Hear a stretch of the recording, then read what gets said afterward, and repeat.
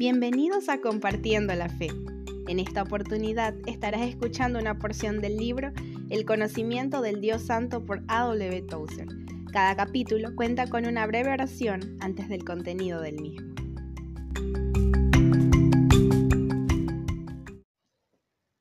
Capítulo 4. La Santa Trinidad. Oremos. Dios de nuestros padres, entronizado en la luz, qué vigorosa y musical es nuestra lengua. Sin embargo, cuando tratamos de hablar de tus maravillas, qué pobres parecen nuestras palabras y qué poco melodioso nuestro discurso. Cuando consideramos el temible misterio de tu divinidad, una y trina, nos tenemos que poner la mano sobre la boca. Ante esa zarza ardiente, no te pedimos comprender, sino solo que te podamos adorar como corresponde a ti, Dios único en tres personas. Amén. Meditar en las tres personas de la divinidad es caminar con el pensamiento a través del jardín oriental del Edén y pisar suelo santo. Nuestro esfuerzo más sincero por captar el incomprensible misterio de la Trinidad está condenado a permanecer inútil para siempre, y solo por la reverencia más profunda se puede salvar de convertirse en una verdadera presunción. Algunas personas que rechazan todo cuanto son incapaces de explicar han negado que Dios sea una Trinidad, sujetando al Altísimo a su frío escrutinio. Hecho a ras de tierra, llegan a la conclusión de que es imposible que Él pueda ser a la vez uno y tres. Se olvidan de que toda la vida de ellos mismos se encuentra envuelta en el misterio.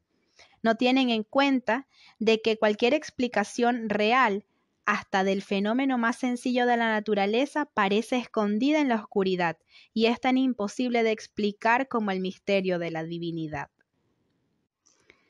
Todo hombre vive por la fe, tanto el incrédulo como el santo.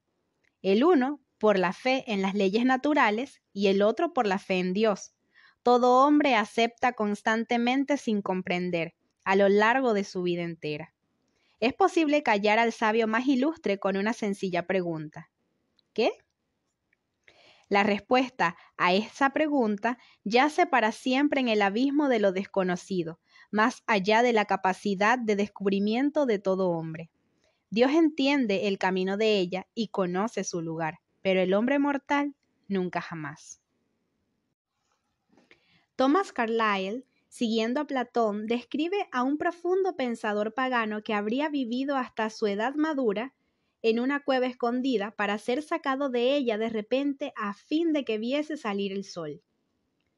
¿Cuál no sería su asombro?, exclama Carlyle, su extasiada perplejidad ante el mismo espectáculo que nosotros presenciamos a diario con indiferencia. Con el sentido libre y abierto de un niño, y al mismo tiempo con la madura facultad de un hombre, su corazón entero ardería al contemplarlo. Esta tierra verde, construida en piedra y llena de flores, los árboles, las montañas, los ríos, los mares con sus muchos rumores y sonidos, ese gran y profundo mar de azul oscuro que flota encima de nuestra cabeza, los vientos que lo barren, la nube negra que se va formando para después lanzar ahora fuego, ahora granizo y lluvia. ¿Qué es esto? Sí, ¿qué? En el fondo, no lo sabemos aún, nunca lo podremos saber en absoluto. ¿Cuán distintos somos los que hemos crecido acostumbrados a todo ello? Los que hemos llegado a embotarnos con una saciedad de maravillas. No escapamos a las dificultades por nuestra comprensión superior, dice Carlyle, sino por nuestra superior ligereza, nuestra falta de atención, nuestra falta de comprensión. A fuerza de no pensar, es como dejamos de maravillarnos ante ellas. A ese fuego que sale de la negra nube de tormenta le llamamos electricidad, y damos eruditas conferencias sobre él y producimos algo parecido a base de frotar vidrios y sedas, pero ¿qué es? ¿De dónde procede? ¿Hacia dónde va? La ciencia ha hecho mucho por nosotros, pero es una pobre ciencia que nos quisiera esconder la gran infinitud sagrada y profunda de la no ciencia, donde nunca podremos penetrar, en cuya superficie Nada toca la ciencia como una simple película. Este mundo, después de toda nuestra ciencia y todas nuestras ciencias, sigue siendo un milagro maravilloso, inescrutable, mágico y más para todo el que quiera pensar en él. Estas penetrantes y casi proféticas palabras fueron escritas hace más de un siglo, pero ni siquiera todos los pasmosos avances de la ciencia y la tecnología desde aquellos tiempos han podido invalidar una sola palabra o hacer obsoletos un solo punto o una sola coma. Seguimos sin saber. Salvamos las apariencias a base de repetir con frivolidad la jerga popular de las ciencias. Controlamos la grandiosa energía que corre por todo nuestro mundo.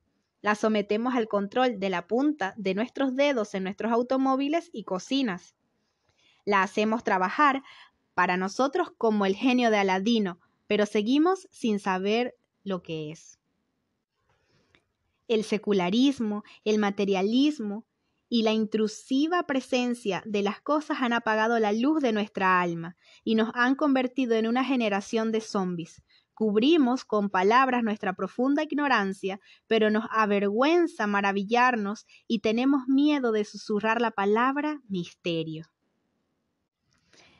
La Iglesia no ha dudado en enseñar la doctrina de la Trinidad, sin pretender entenderla, ha dado testimonio a favor de ella, ha repetido lo que enseñan las Sagradas Escrituras. Algunos niegan que las Escrituras enseñen que hay una Trinidad en la divinidad, apoyándose en que toda esta idea de una Trinidad en la unidad es una contradicción de términos. Sin embargo, puesto que no somos capaces de entender la caída de una hoja de árbol junto a este camino, o la incubación de un huevo de petirrojo en aquel nido lejano, ¿por qué habría de constituir la Trinidad un problema para nosotros? Pensamos más altamente sobre Dios, dice Miguel de Molinos, por saber que Él es incomprensible y se halla por encima de nuestro entendimiento, que por concebirlo bajo cualquier imagen y belleza de criatura según nuestro torpe entendimiento. No todos cuantos se han llamado a sí mismos cristianos a lo largo de los siglos han sido trinitarios, pero así como la presencia de Dios en la columna de fuego resplandeció sobre el campamento de Israel a través de todo aquel viaje por el desierto, proclamando ante todo el mundo, estos son mi pueblo, también la creencia de la Trinidad ha resplandecido desde los días de los apóstoles sobre la iglesia del primogénito a lo largo de su peregrinaje por el tiempo. La pureza y el poder han seguido a esta fe. Bajo esta bandera han marchado apóstoles, padres, mártires, místicos, himnólogos, reformadores, predicadores de avivamiento, y el sello de aprobación divina ha estado sobre su vida y sus esfuerzos. Aunque hayan diferido en cuestiones de menor importancia, la doctrina de la Trinidad los ha unido. Lo que Dios declara, el corazón creyente lo confiesa sin necesitar más pruebas. En realidad, buscar pruebas es admitir dudas, y obtener pruebas es hacer superflua la fe. Todo aquel que posea el don de fe reconocerá la sabiduría de estas osadas palabras de uno de los primeros padres de la Iglesia. Creo que Cristo murió por mí, porque es increíble.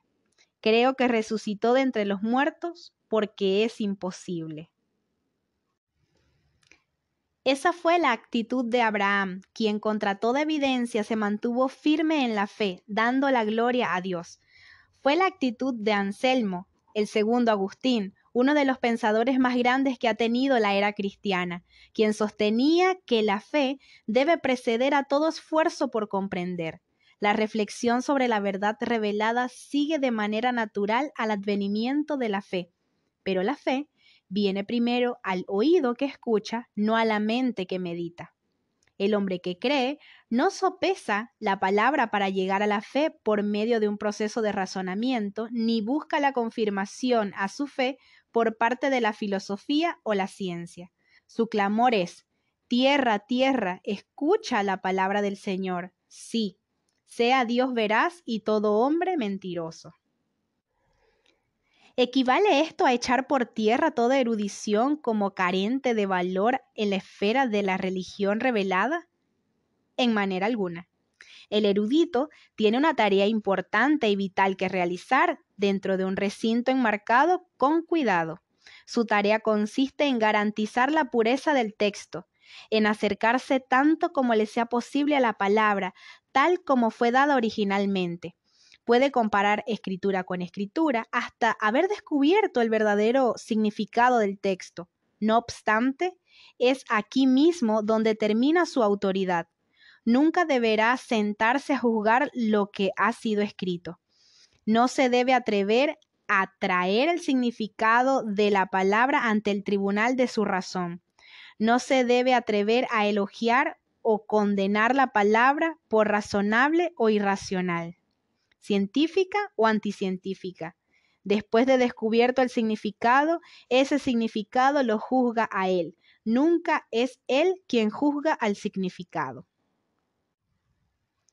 La doctrina de la Trinidad tiene una verdad para el corazón. Solo el espíritu del hombre puede entrar a través del velo y penetrar en ese lugar santísimo. Que te busque anhelante, suplicaba Anselmo, que suspire por ti al buscarte, que te encuentre en el amor y te ame al encontrarte. El amor y la fe están en su ambiente dentro del misterio de la divinidad. Arrodíllese la razón en reverencia fuera de él. Cristo no vaciló en utilizar la forma plural al hablar de sí mismo junto al Padre y el Espíritu. Vendremos a Él y haremos morada con Él. En otra ocasión dijo, yo y el Padre uno somos. Tiene suma importancia que pensemos en Dios como Trinidad en la unidad, sin confundir a las personas ni dividir la sustancia. Solo así podremos pensar de manera correcta sobre Dios y de una manera digna de Él y de nuestra propia alma. La declaración de nuestro Señor de que era igual al Padre fue lo que desató la ira de los religiosos en sus días y lo condujo por último a la crucifixión.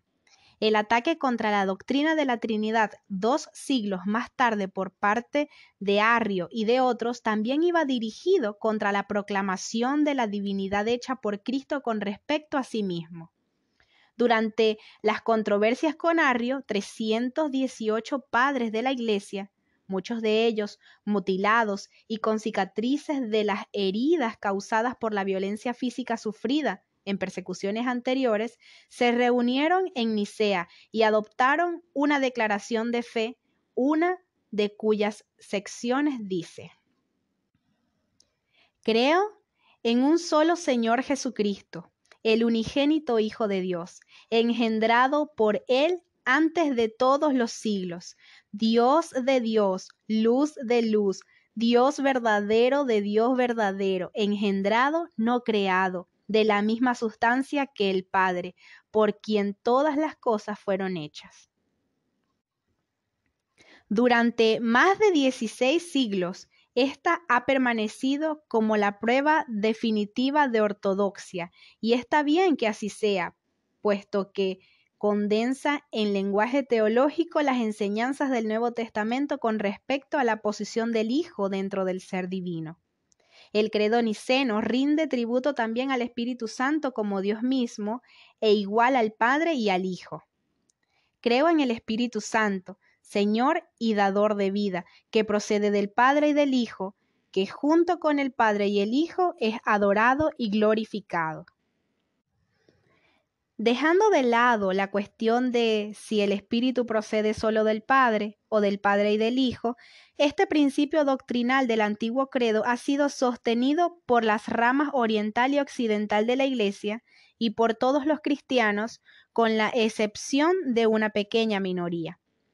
Los autores del credo de Anastasio detallaron con gran cuidado las relaciones de las tres personas entre sí, llenando tanto como les fue posible las brechas existentes entre el pensamiento humano, al mismo tiempo que permanecían dentro de los límites de la palabra inspirada. En esta Trinidad, dice el credo, nada es antes ni después, nada es mayor ni menor, sino que las tres personas son coeternas, juntas e iguales. ¿Cómo armonizan estas palabras con estas de Jesús? El Padre es mayor que yo. Aquellos teólogos antiguos lo sabían y escribieron en el credo: igual a su Padre en cuanto a su divinidad, menor que el Padre en cuanto a su humanidad. Y esa interpretación se recomienda a sí misma ante todo el que busque con seriedad la verdad en una región en la cual la luz no tiene nada de cegadora.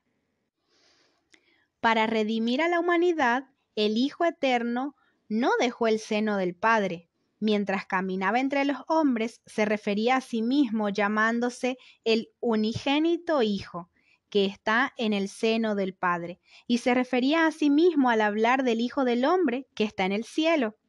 Aquí concedemos que existe misterio, aunque no confusión. En su encarnación, el Hijo veló su divinidad, pero no la anuló. La unidad del ser divino hacía imposible que él renunciase a parte alguna de su divinidad.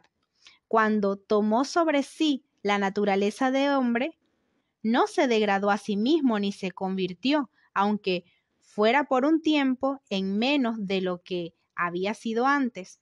Dios nunca puede convertirse en algo inferior a sí mismo. Es impensable que Dios se convierta en algo que no haya sido. Las tres personas del ser divino, por ser todas unas, tienen una voluntad. Siempre trabajan juntas y nunca ha habido una sola acción, por pequeña que sea, que la haya hecho una de ellas sin la aprobación instantánea de las otras dos. Todo acto de Dios es realizado por la Trinidad en unidad. Aquí, por supuesto, somos impulsados necesariamente a concebir a Dios en términos humanos. Estamos pensando sobre Dios por medio de la analogía con el hombre, y el resultado debe quedarse corto con respecto a la verdad definitiva.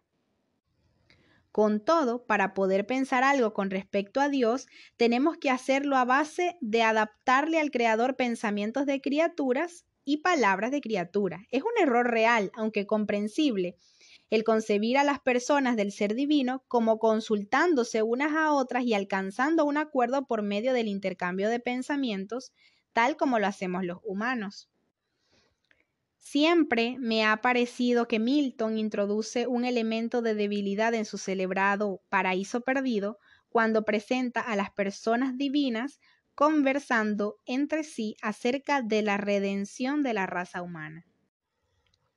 Cuando el Hijo de Dios caminaba sobre la tierra como el Hijo del Hombre, le hablaba con frecuencia al Padre y el Padre siempre le respondía.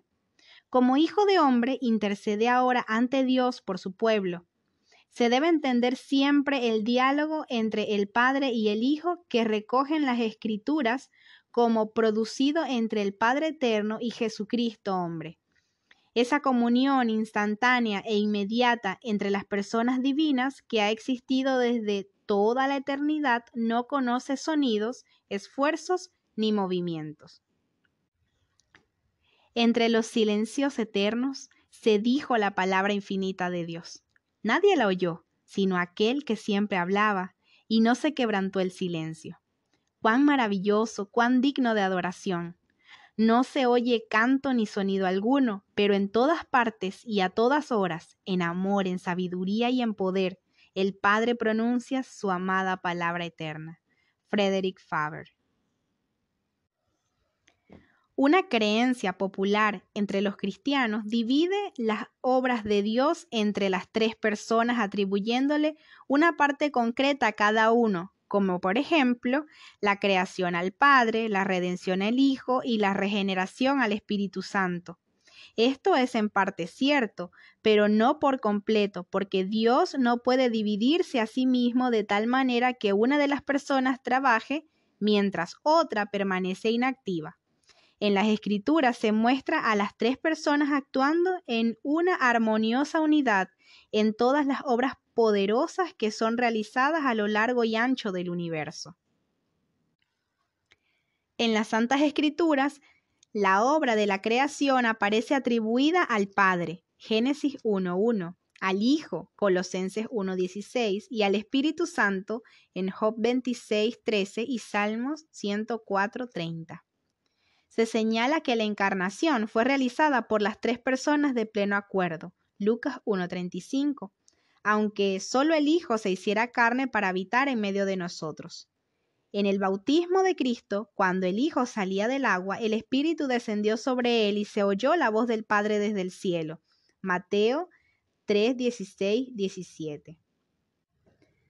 La descripción quizás más hermosa de la obra de expiación es la que se encuentra en Hebreos 9:14, donde se afirma que Cristo, por medio del Espíritu Eterno, se ofreció a sí mismo sin mancha a Dios. Vemos aquí a las tres personas obrando juntas. De igual manera, la resurrección de Cristo es atribuida de manera diversa al Padre, Hechos 2:32, al Hijo, Juan 10:17-18, y al Espíritu Santo, Romanos 1:4. El apóstol Pedro señala que la salvación de la persona es obra de las tres personas divinas, Primera de Pedro 1:2, y la inhabitación del alma del cristiano se dice que es realizada por el Padre, el Hijo y el Espíritu Santo, Juan 14:15-23. Como he mencionado antes, la doctrina de la Trinidad es una verdad para el corazón. El hecho de que no se puede explicar de manera satisfactoria, en lugar de ser una prueba en su contra, lo es a su favor. Una verdad así tenía que ser revelada, nadie se la habría podido imaginar. Oh bendita Trinidad, oh majestad sencilla, oh tres en uno solo. Solo tú eres por siempre Dios, Santa Trinidad. Benditos tres iguales, un solo Dios, te alabamos. Frederick Faber.